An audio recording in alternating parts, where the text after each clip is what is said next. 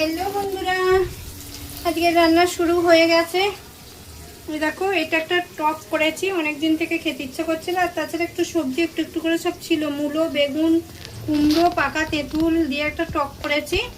আর এখানে দেখো করলা চচ্চড়ি বসিয়েছি, শুধু করলার পেঁয়াজ দিয়ে। এটা একদম শুকনো শুকনো করে করব, একদম শুকনো শুকনো করে হবে। করলা, পেঁয়াজ, সর্ষে বাটা, নুন, হলুদ আর একটু কাঁচা লঙ্কা, লাস্টে গেলে একটু সর্ষের তেল দেবো। দেখো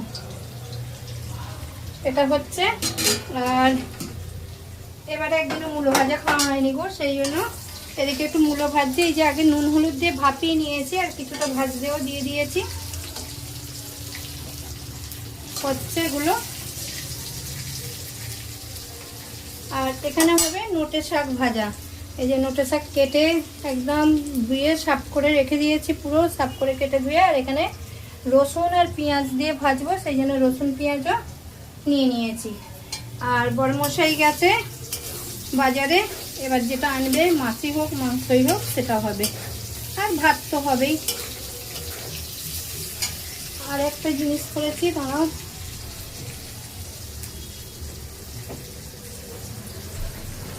তোমরা কে কি রান্না করছো একটু জানিও। এই যে এটা একদম মানে শুধু শিমের তেল ঝাল, একদম শুকনো করে পেঁয়াজ পেস্ট করে এটা করেছি, কেন শুকনো শুকনো করে শুধু শিমের তেল ঝাল। আমার রান্না এখন চলছে, তোমরা কে কী করছো একটু জানাও। তারপরে আমি যা করছি মানে করছি দেখাচ্ছি আর কি। ততক্ষণ মূলোটা ভাজতে থাকি।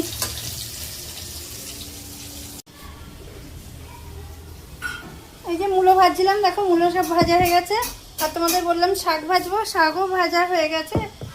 আর বড়মশাই আজকে মাছ নিয়ে এসেছে, কারণ বলছে পরশু দিন অব্দি চিকেন খেয়েছো, আজকে মাছ নিয়ে এসেছে।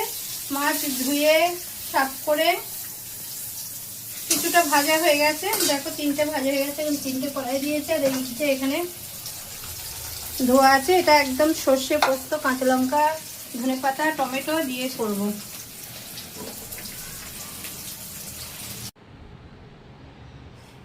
দেখো আমার এখানে রাইস কুকারে ভাতটাও হয়ে গেছে, আর সবজিগুলোও হয়ে গেছে, তোমাদের দেখালাম। আর এখানে দেখো মাছের ঝাল, মাছ তো ভাজছিলাম তোমরা দেখলে, মাছের ঝালও হয়ে গেছে, একদম সর্ষে পোস্ত দিয়ে গদো গদো করে হয়ে গেছে। চলো একটু ধনেপাতা দিয়ে দিই, একদম রেডি। তোমরা কে কি রান্না করলে একটু কমেন্ট বক্সে জানিও। সবাই খুব ভালো থেকো, সুস্থ থেকো, সবাই তাড়াতাড়ি লাঞ্চ করে নাও।